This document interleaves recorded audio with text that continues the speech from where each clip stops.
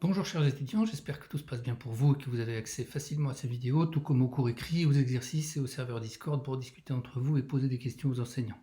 Vous êtes plus nombreux à participer ces jours-ci, tant mieux. Aujourd'hui, nous allons étudier la notion de changement de base. Vous connaissez déjà la notion de base, mais dans un autre contexte, celui de l'écriture des nombres. Depuis déjà quelques siècles, on écrit les nombres selon le système qu'on appelle décimal, ou à base 10.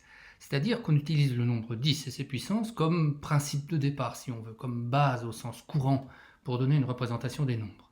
Mais vous avez déjà dû voir aussi qu'on peut utiliser une autre base de numération. Si on n'avait pas eu 10 doigts, mais 8 ou 12, il est probable que c'est la base 8 ou la base 12 qui se serait imposée. Une base courante aussi depuis l'invention des ordinateurs est la base 2, le système binaire. Le problème le plus immédiat qui se pose avec toutes ces bases de numération, c'est de savoir comment passer de l'une à l'autre. Par exemple, si le nombre n s'écrit 1, 0, 0, 1, 0, 1, 1 en base 2, ça ne nous aide pas vraiment pour se rendre compte de ce qu'il vaut, parce que c'est pas franchement la base de numération qu'on maîtrise le mieux. On a donc besoin de savoir comment traduire l'écriture 1, 0, 0, 1, 0, 1, 1, exprimant n, en une écriture en base 10. En d'autres occasions, ça pourrait être le contraire. Par exemple, l'ordinateur préférera souvent travailler en binaire. Il pourra éprouver le besoin de traduire en binaire un nombre qu'on lui donne écrit en base 10. J'ai utilisé le mot de traduction, et c'est pas par hasard, parce que le passage d'une langue à une autre nous apporte un autre exemple aussi intéressant. Là aussi, selon le contexte, c'est-à-dire selon l'endroit où on est ou selon les personnes à qui on s'adresse, on peut avoir besoin de s'exprimer dans une langue ou dans une autre, même s'il s'agit au fond de dire la même chose. Que je parle en français en disant rouge, ou que je parle en anglais en disant red, dans les deux cas, je désigne la même chose, à savoir la couleur rouge, même si les mots eux-mêmes sont différents. Et bien pour les vecteurs de l'algèbre linéaire, c'est la même chose. On peut les désigner de différentes façons. Sauf que bien sûr, on ne parle pas ici du français ou de l'anglais, mais d'expressions algébriques qui vont s'obtenir à partir de familles de vecteurs. On va voir qu'à chaque base de Rn correspond une manière d'exprimer les vecteurs, exactement comme à chaque base de numération correspond une manière d'écrire chaque nombre. L'intérêt, c'est que là encore, selon le contexte, c'est-à-dire selon le problème qu'on veut étudier, il est parfois préférable de se placer dans une base plutôt que dans une autre. Par définition, l'espace vectoriel Rn est le produit cartésien de n copies de R. Chaque élément de Rn est donc un n-uplet de réel. On a convenu depuis le début d'écrire ce n-uplet verticalement pour former des vecteurs colonnes.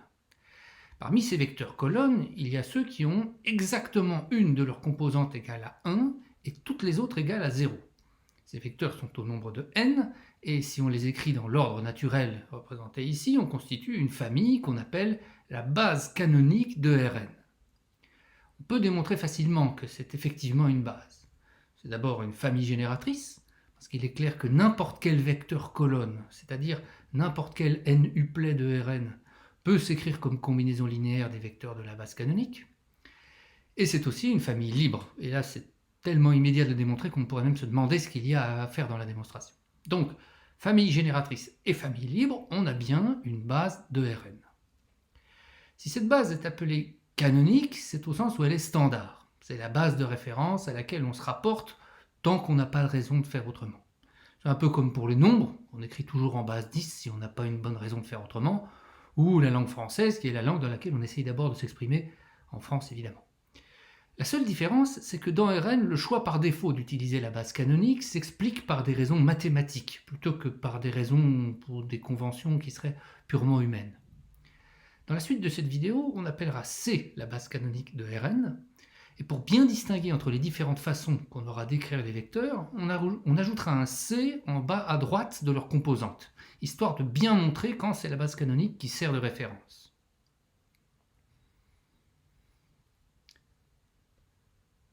Soit B une base de Rn composée des vecteurs V1, V2, etc. jusqu'à Vn.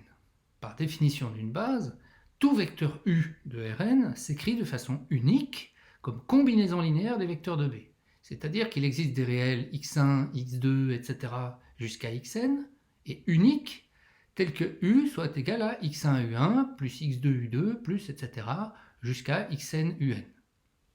On décide alors d'écrire cette combinaison linéaire sous la forme d'un vecteur colonne, en disposant x1, x2, etc. jusqu'à xn les uns au-dessus des autres, dans le bon ordre. Et pour ne pas confondre avec les composantes de U dans la base canonique, on ajoute cette fois la lettre B en bas à droite du vecteur colonne.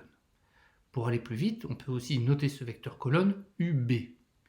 UB n'est pas un nouveau vecteur, il est égal au vecteur U, ou plus précisément, il est la représentation du vecteur U dans la base B. Vous vous souvenez peut-être que dans la vidéo sur les espaces Rn, je vous avais dit qu'il faudrait un de ces jours faire attention quand on écrit une égalité du genre le vecteur U est égal à, disons, le vecteur colonne de 0,7.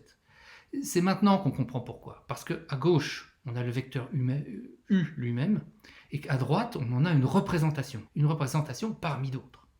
C'est exactement la même chose que de dire qu'il ne faut pas confondre la couleur rose avec le mot qui la désigne. Il y a la chose elle-même et il y a le nom de la chose, ou plutôt les noms de la chose, puisque justement la couleur rose se dit rose en français, mais autrement dans une autre langue. Prenons par exemple la base B de R2, définie par les vecteurs V1 et V2 de composantes 1, 1 et moins 1, 1 dans la base canonique.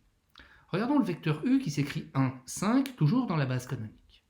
On peut remarquer que U est égal à 3 fois V1 plus 2 fois V2, la vérification est très simple, et on peut alors donc écrire que U est le vecteur de composante 3, 2 dans la base B, et donc encore que le vecteur de composante 1, 5 dans la base canonique et le vecteur 3, 2 dans la base B sont un seul et même vecteur. C'est là qu'on comprend pourquoi il est important de signaler la base en bas à droite, parce que si on n'écrivait rien, on se retrouverait avec une égalité assez franchement curieuse. Dans la double égalité U égale UB égale UC, il faut comprendre que les trois membres vivent un peu dans des mondes différents. U est un vecteur de R2, UB est le vecteur colonne qui représente U dans la base B, et UC est le vecteur colonne qui représente U dans la base canonique. Les égalités sont donc un petit peu abusives, parce qu'en mathématiques, il n'y a que des objets de même nature qui ont le droit d'être égaux, mais en pratique, ça ne pose pas plus de problèmes que quand on écrit qu'un nombre x est égal à 14, alors même que, en vrai, 14 n'est qu'une représentation de x en base 10. La seule chose à laquelle il faut faire bien attention, à laquelle il faut bien penser, que si on écrit aussi y égale 15, on ne pourra faire la somme de x et de y en écrivant que 14 plus 15 égale 29, que s'il est bien clair que les deux écritures sont toutes les deux en base 10.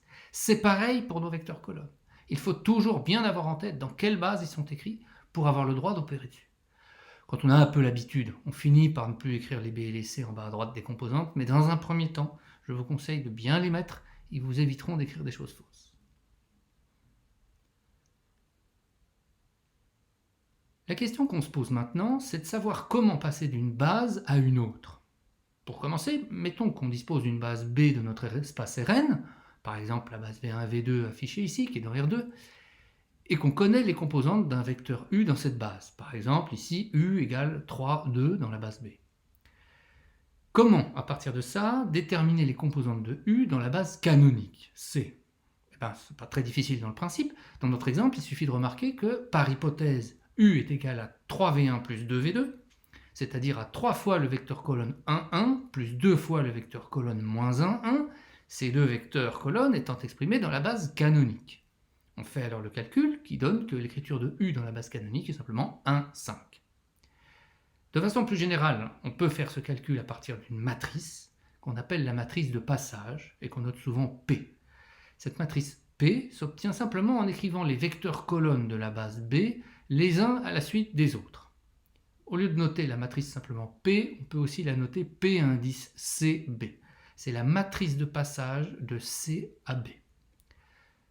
Maintenant, quand on multiplie à gauche le vecteur 3, 2, qui représente U dans la base B, par la matrice de passage P, on obtient bien le vecteur 1, 5, qui est bien celui qui représente U dans la base canonique. C'est fait pour, et ça marche dans tous les cas, et en n'importe quelle dimension. On sait donc maintenant comment obtenir l'expression dans la base canonique d'un vecteur exprimé dans une base B. Mais souvent, on a aussi besoin de faire l'inverse. C'est typiquement ce qui se passe quand on a un problème qui est par défaut posé dans la base canonique et qu'on se rend compte après coup qu'il est finalement plus malin de le regarder dans une autre base, par exemple notre base B qu'on a déjà utilisée. Un théorème est alors le suivant. Pour calculer le vecteur colonne UB en fonction du vecteur colonne UC, plutôt que le contraire donc, il suffit de multiplier UC par l'inverse de P, c'est-à-dire qu'on a que UB est égal à P-1 fois UC. Ce que ça veut dire, c'est que P-1, l'inverse de la matrice de passage, est la matrice de passage elle aussi, mais de la base B à la base C. Ce qu'on peut réécrire P-1 égale P indice BC. Dans notre exemple, dans R2, partons du vecteur U dont les composantes dans la base canonique sont 1, 5, et essayons de l'écrire dans la base B qu'on s'était déjà fixée. La matrice de passage P est celle des vecteurs de B écrits à la suite. On calcule son inverse, ça on sait faire, et on multiplie cette inverse par le vecteur colonne 1, 5. Ça nous donne le vecteur colonne 3, 2, qui, comme on le savait déjà par ailleurs, est bien celui de U exprimé dans la base B. Ce qu'on a fait pour les vecteurs, on peut aussi vouloir le faire pour les applications linéaires. Souvenez-vous, on a dans la vidéo sur les applications linéaires, on a vu qu'à toute application linéaire correspondait à une matrice. Là aussi, il était sous-entendu que tout se passait dans la base canonique. Maintenant, on peut vouloir exprimer notre application linéaire, elle aussi dans une autre base. Jusque-là, pour calculer l'image d'un vecteur V par une application linéaire F, notre idée avait été de définir la matrice de F et de la multiplier par le vecteur colonne des composantes de V. Tout ça dans la base canonique, donc. Il s'agit maintenant de savoir ce qui se passe si, au lieu de partir du vecteur colonne de V écrit dans la base canonique, on veut partir du vecteur colonne de vecteur, mais dans une autre base B pour calculer son image par F. Dans ce cas, il faut utiliser une autre matrice pour F. Si A est la matrice de F habituelle, c'est-à-dire dans la base canonique, alors la matrice de F dans la base B, qu'on peut noter mat indice B de F, est égale à P-1 fois A fois P, en reprenant les notations de tout à l'heure. Si on note T, cette nouvelle matrice, alors on déduit de cette égalité aussi que A égale P fois T fois P puissance moins 1.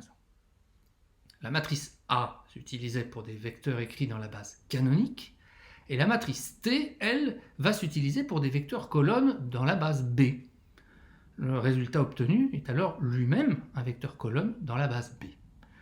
Pour voir tout ça sur un exemple, prenons l'application linéaire f de R2 dans R2 définie par f de xy égale 3x moins y, x plus 2y. Là, on est dans la base canonique. Je n'ai pas mis les C en bas des vecteurs colonnes parce qu'ils sont sous-entendus. La matrice de f dans la base canonique, donc, est la matrice A égale 3, moins 1, 1, 2. Notre problème est de trouver la matrice T, celle qui va exprimer f dans une nouvelle base B, et pour cette nouvelle base B, on va prendre la même que tout à l'heure, celle qui est composée des vecteurs 1, 1 et moins 1, 1. On a déjà calculé la matrice de passage P de la base B ainsi que son inverse, P-1. On a alors T égale P-1 à P, c'est-à-dire après calcul que T égale 5 demi, moins 3 demi, 1 demi, 5 demi. C'est cette matrice T qui permet de calculer les images des vecteurs par f quand on connaît leur expression dans la base B plutôt que dans la base canonique. Reprenons par exemple notre vecteur U, à nouveau, qui s'écrit 1, 5 dans la base canonique et 3, 2 dans la base B.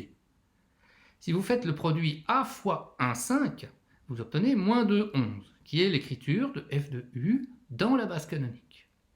Mais si vous faites le produit T fois 3, 2, vous obtenez 9 demi, 13 demi, qui est l'écriture du même vecteur f de U, mais cette fois dans la base B. Vous pourrez vérifier qu'effectivement, 9 demi fois le vecteur 1, 1, plus 13 demi fois le vecteur moins 1, 1, ça donne bien le vecteur moins 2, 11. Voilà, c'est tout pour aujourd'hui. J'espère que ces explications vous sont claires. N'hésitez pas à poser vos questions dans le fil de la vidéo ou sur le serveur Discord. Bon travail à tous.